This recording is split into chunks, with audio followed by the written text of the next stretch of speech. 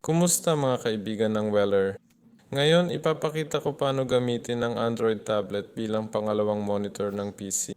Gagamitin ko ang telepono dahil wala akong tablet.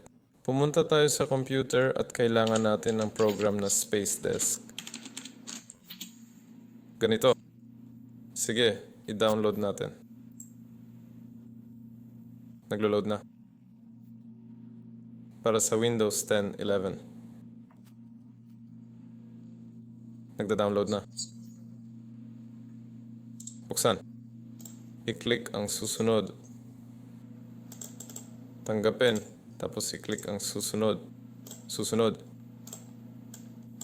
Susunod at i-install. Sabay nito, i-download ang Space Desk sa tablet mo. Buksan din habang nag-install dito sa computer ko. Dito rin, buksan ang Space Desk driver console. Ayun. At heto na, lumabas na ang computer ko. Piliin ito at heto na, isa pang monitor. Pwede mo rin i-set up dito. Yun lang yun. Ako si Weller. Paalam sa lahat.